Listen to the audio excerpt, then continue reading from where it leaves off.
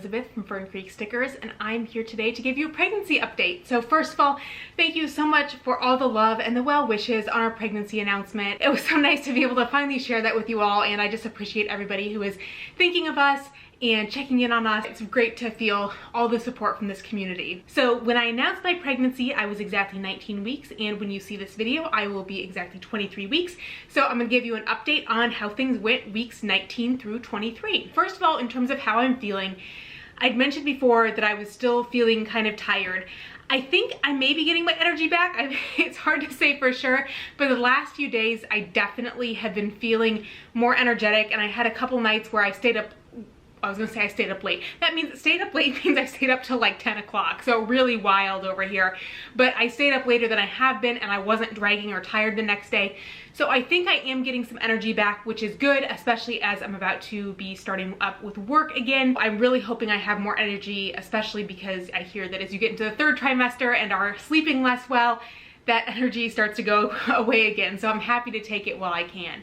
But otherwise, I'm feeling really great. So I am incredibly grateful to be having an easy and uncomplicated pregnancy. And still, I'm really not having any round ligament pain. I have a friend who is like almost exactly 2 weeks ahead of me in her pregnancy, and she has been having so much round ligament pain and telling me about it. I've occasionally, when I've been working out, I'll get like a little twinge, but it's really nothing bad at all. So overall, I'm feeling really good, not having any of the kind of joint issues or feeling uncomfortable yet. So that's all really good. So yeah, overall feeling great. I think that the one thing that I am feeling physically is it has started to get more uncomfortable for me to bend over. So I definitely notice this when I'm making stickers, when I'm trying to, if we have stickers that have come off the cutting machines and gone on the floor, a lot of times I'm just having Danielle pick those up for me because bending over is a bit uncomfortable. And also in the evening too, Brian and I do, we work on a jigsaw puzzle a lot in the evening, and we have it on a coffee table. So I kind of have to lean forward to work on the puzzle. And after having dinner and having a full stomach and leaning forward to work on the puzzle, that's kind of uncomfortable. So I think we need to switch the puzzle like to a card table so that it's higher up and I don't have to lean over so much. And then also in terms of, you know, like food and cravings or aversions, vegetables are getting a lot better than they were. I ate some cooked cauliflower the other night, and which cauliflower and broccoli were ones I was having a lot of trouble with. So I think I may be back being able to eat vegetables again, which is good, but I'm still loving fruit. I've been eating a ton of fruit for lunch every day, and I'm gonna be really sad when peaches are out of season because like peaches are the best thing right now. The really exciting thing though is that I have started to feel the baby move. I guess the big other news that comes with the last few weeks is we had our anatomy scan, and I think that was at 20 weeks, 4 days. It was around there. So between 20 and 21 weeks. And so at the anatomy scan, I found out that I do have an anterior placenta, which means my placenta is on the front of my uterus. And that explains why it took me a little bit longer than some people to start feeling movement. Now that said, some people with an anterior placenta don't feel any movement till like 26 weeks. So I'm still early compared to some people. Other people might start feeling movement like at 16 to 18 weeks, like if they have a posterior placenta. So that all makes a lot of sense. But it was really exciting to start feeling the baby move, and that would have been maybe around 21 and a half weeks. So it's really just the last week and a half that I've started to feel movement, but I'm feeling it very consistently now. So especially in the morning and when I'm laying down to go to sleep, I feel movement. The movements aren't strong enough yet that Brian can feel them from the outside, but they are clear enough that I know it's the baby moving for sure. I'll be curious to see, the baby was transverse at so laying sideways at the anatomy scan, and obviously there's still plenty of time for the baby to get in a good position before birth, but I feel like I'm pretty sure that the baby is still hanging out transverse because I feel the most movement on the sides. So rather than being like feeling it more up and down, which is what I would expect if the baby was head first or head down. Transverse seems to be comfortable for now, but again, we still have plenty of time for the baby to move. And the anatomy scan was really exciting. Brian was able to come with, and it was really good to hear that everything looked good. Everything seemed healthy with our baby, which was a big relief to hear. And you know, not that I was specifically worried, but it's just the unknown. And it was also just amazing to see how much you could see with the ultrasound. And I knew this, again, I have a friend who's pregnant who's 2 weeks ahead of me, so she keeps giving me the updates on what to expect. My sister is also pregnant with her first, and she is 3 months ahead of me, so she's due September 3rd.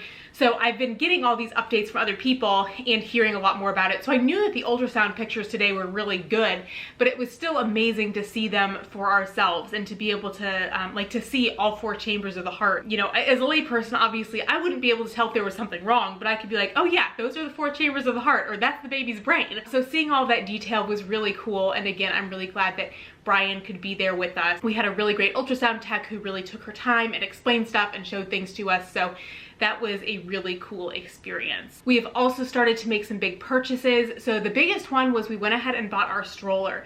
The stroller we wanted in the color we wanted was being discontinued, and that meant it was on clearance. It was really discounted and we were able to get a good deal on it. So that was exciting. That was like, you know, obviously a big thing to get, and exciting to get a good price on it, especially like the exact, it wasn't like, well, I guess I'll get this color because it's on sale. It was like, no, this is the color that I want. We're gonna get this on sale. That's great. So we've got the stroller and it's assembled and ready to go. We've also started ordering some things for the nursery. So we are going to go with a woodland theme, which is pretty popular right now, but I feel like it also really suits us since our house is in the woods and it's a good gender neutral theme. So we bought this really pretty wallpaper that we're gonna put on one wall, and it's watercolor trees, and it's got a lot of greens and taupes and grays, so pretty muted colors, and I think really good for a gender neutral nursery.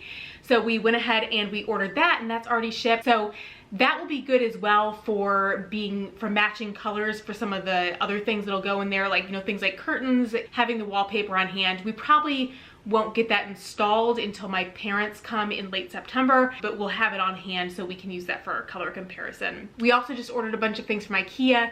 The closest IKEA to us is in Atlanta, and we did this once before with some things for my office, and it worked out really well. We had it delivered to my in-laws who live in suburban Atlanta. I love going to IKEA and just browsing, but the IKEA Atlanta is like in downtown Atlanta, and it is not easy to get to.